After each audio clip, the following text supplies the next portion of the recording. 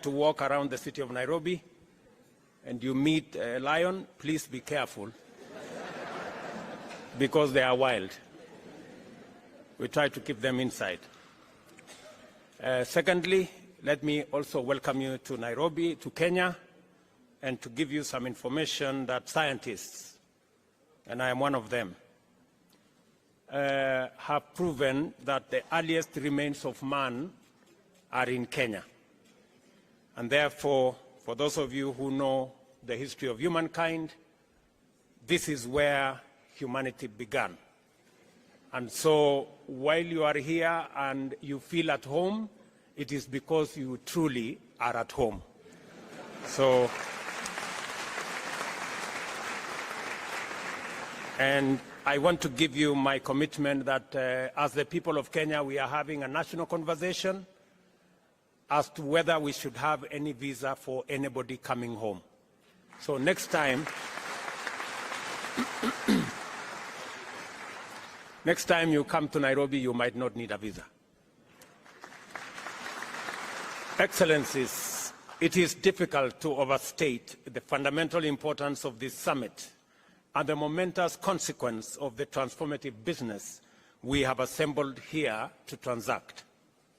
You will recall that as a continental political community, we resolved unanimously to pursue the integration agenda with greater vigor and focus. This commitment was underscored by the decision to formulate a suitable framework to effectively coordinate the diverse efforts undertaken through our 8 regional economic communities and various mechanisms that is part of the ecosystem of the AU.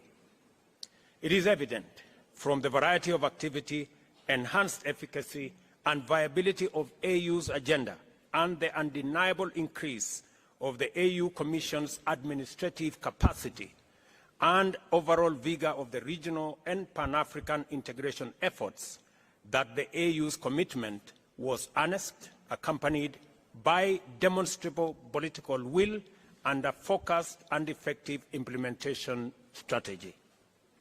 We are a busy continent that is going places. The young, clean, green continent of the future, and we are determined to lead our march into this future as a united, empowered contributor of sustainable solutions for global problems. We are reasoning together, generating effective solutions together, implementing them together, facing our challenges head-on together, making progress and getting results. This is what has brought Africa's implementation leadership to Nairobi, and the sum total of the agenda of the 5th Media Summit, which is this meeting. For this, I want to celebrate all of you who are here today, not just for making time to be here, but also for the work you do every day in taking the Pan-African Unity Project forward.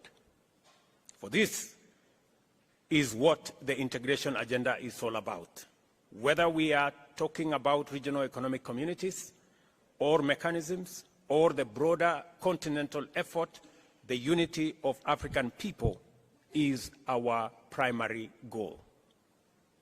I commend His Excellency President Abdel Fattah al-Sisi, President of the Arab Republic of Egypt, for successfully chairing the Heads of State and Government's Orientation Committee, which has effectively steered AUDA-NEPAD in its momentous breakthrough in achieving the Agenda 2063 aspiration of consolidating regional and continental integration.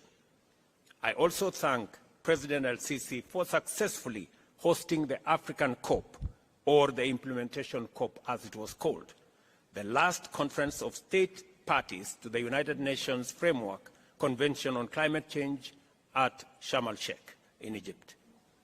In November last year, it was at this COP that Africa firmly revealed to the world a new determination to project a clear, forceful, and united voice and claim its opportunity to contribute to resolving humanity's most serious existential threat, that is climate change.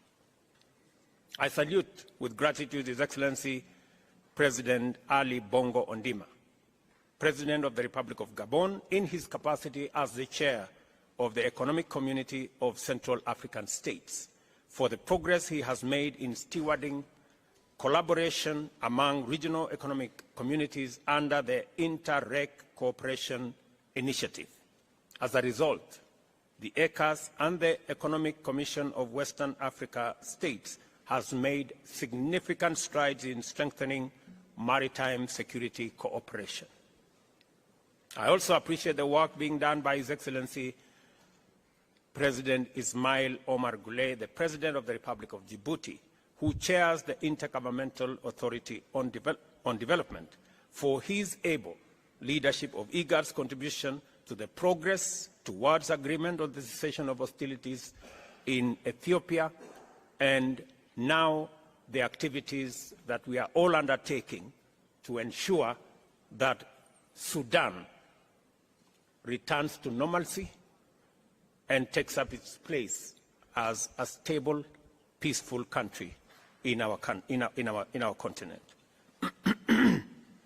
Further, I am cognizant of the animated activities and excellent work that has brought much progress in ongoing projects and initiatives being undertaken across many spheres by the Economic Community of West African States under the able leadership of His Excellency President Bola Ahmed Tinubu of the Federal Republic of Nigeria, the Common Market of East Africa and Southern Africa led by His Excellency Hakainde Hichilema, President of the Republic of Zambia, Southern Africa Development Community, SADC, chaired by His Excellency President Felix Antoine Tshisekedi Tshilombo of the Democratic Republic of Congo, the Community of the Sahel, Saharan states under the stewardship of His Excellency President of Benin, Patrice Talon, the Arab Union of the Maghreb,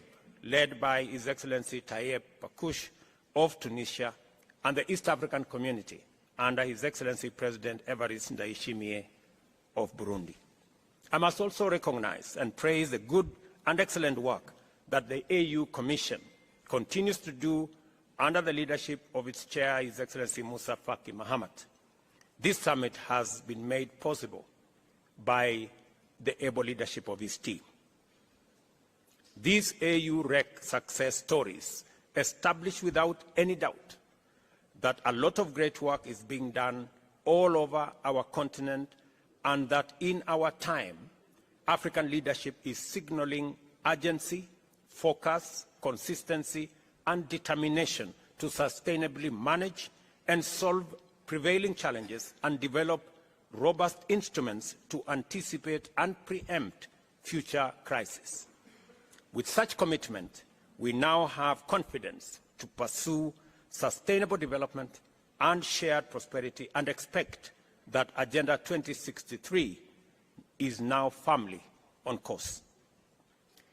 The most compelling signal that African integration is unstoppable and that it will open doors for unprecedented socio-economic transformation is the progress we have made in implementing the Africa Continental Free Trade Area. We must all be proud of this magnificent project and historic achievement by and for ourselves, whose positive effects will reverberate throughout the world for a long time to come. I am not exaggerating. Let us consider the bare facts of the matter. This single mechanism has inaugurated the world's largest free trade area. Under it, 54 countries have agreed to create a single market with a population of 1.4 billion people and a GDP of US dollars 3.4 trillion. The free trade area is projected to lift 30 million people out of extreme poverty and boost incomes by 7%, or US dollars 450 billion by 2035. As I have had occasion to remark before elsewhere, this is the magnitude of what typical Pan-African collective action can achieve, and we are only getting started. The progress we have, the progress we have made by collaborating with unprecedented firmness of purpose in different domains, including peace and security, regional integration, investment, trade and development, and climate change, is of tremendous and positive transformative significance for us collectively.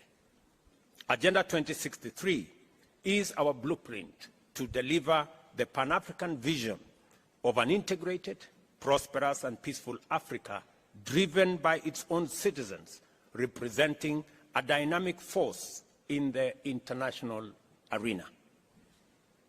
Therefore, it is more critical now than ever before that we marshal our collective consciousness, willpower, solidarity and unity to fulfill our fundamental generational mandate of introducing Africa as a new global power, ready and able to provide leadership towards a new industrial age that shall simultaneously usher in an era of inclusive development, shared prosperity, and effective climate action. We must therefore capitalize on the institutional reform momentum at the Africa Union to pursue the complete development of effective capacity to deliver Pan-African transformation. To do this, self-reliance, ladies and gentlemen, is essential. And a fit-for-purpose institutional architecture is indispensable at the AU. At the moment, over 60% of our program's budget is financed by partners. The demands of our challenging time require an AU that can pursue multiple urgent and critical interventions using internally mobilized resources. The Pan-African movement has always been about sovereignty and agency. First and foremost, chronic dependence, even on well-meaning partners, is starkly inconsistent with the aspiration of independence, sovereignty, and agency. And I therefore believe that we must take seriously the recommendations that have been made towards making our organization an organization that stands on its feet and an organization that is funded by us. This is why we must make progress in exploring, developing, and implementing solutions like the Kigali Decision, AU Decision 605 of 2016. Similarly, you may want to know that that decision has now been implemented by 17 countries. We need to persuade all our other brothers and sisters in the other countries to come on board so that we can do the responsible thing and fund our own organization. Similarly, it is time to free up the Africa Union from structural and organizational constraints, including duplication and other inefficiencies, thereby facilitating it to be effective on a greater scale. As a starting point, defining the roles and functions of different organs and instruments more clearly is unavoidable. The coordination, administrative, and implementation mandate of the Commission, the legislative and oversight function of a strong Pan-African Parliament, and the political leadership, ownership, and broad policy direction of the Council all need to be reflected more clearly through rational structural delineation.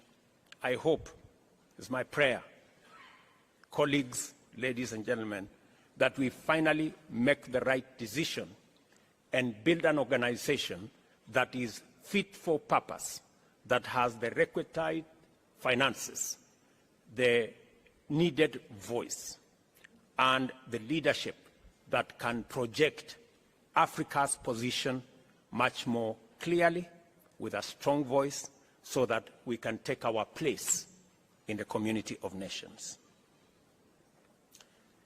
COP27 was a turning point of tremendous magnitude because it brought home to the peoples of Africa the imperative to reconfigure our model of engagement with global and multilateral frameworks in general, and the urgency of projecting a new place, role, and voice to define Africa's contribution to global development and climate action. As we reflect and deliberate upon President El-Sisi's account of his commendable use of COP27 to facilitate the emergence of a fresh Afrocentric perspective to climate change, it is vital that we resolve to do even better and go much further at the forthcoming COP28 by taking on board a more robust position and proposing a transformed and inclusive global approach to tackling the climate change crisis.